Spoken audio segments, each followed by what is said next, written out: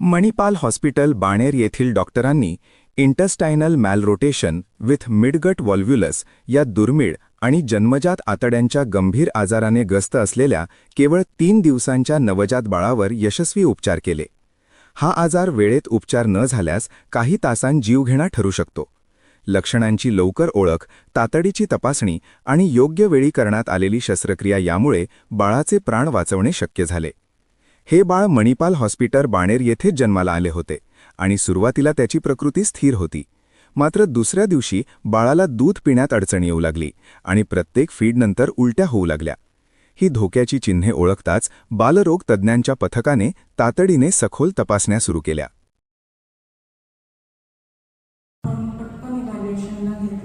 सोनोग्राफीमध्ये typical चित्र असतं ज्याच्यात इंटेस्टायनल मालरोटेशन आणि मिडगट व्हॉल्व्युलस ही मेडिकल टर्म आहे.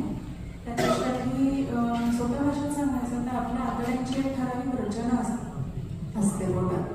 ती जर का बिघडली तर कधी कधी ती आतडी स्वतः होते टेस्ट होतात. जेव्हा ती टेस्ट होतात तेव्हा ते स्वतःचाच रक्तप्रवाह बंद करून टाकतात.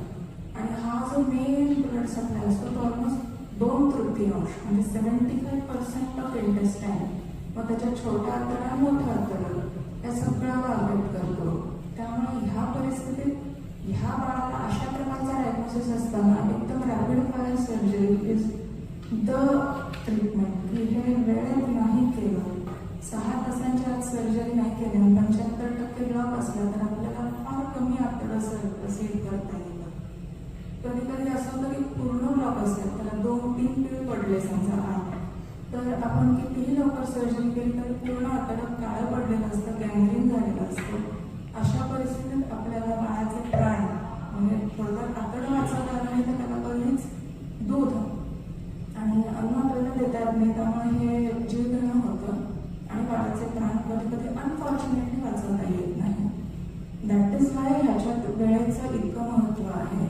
सो जसं मला सांगितलं की ह्याला असं सोनोग्राफीमध्ये चित्र दिसले, थोडंसं एक ॲडव्हान्स्ड रॅपिडली एक एक्सरे इन्व्हेस्टिगेशन असतं ते केलं आपण आणि लगेच आईवडिलांना काउन्सिल करून काही तासांच्या आत सर्जरीसाठी घेतलं. सर्जरीच्या दरम्यान त्याचे सगळं पीळ पडलेला होता आतड्यांमधला तो सरळ केला. वेळेवरही सर्जरी केल्यावर पूर्ण आतड्यातलं ब्लड सप्लाय सुरळीत करता आलं. त्यामुळे आतड्यावर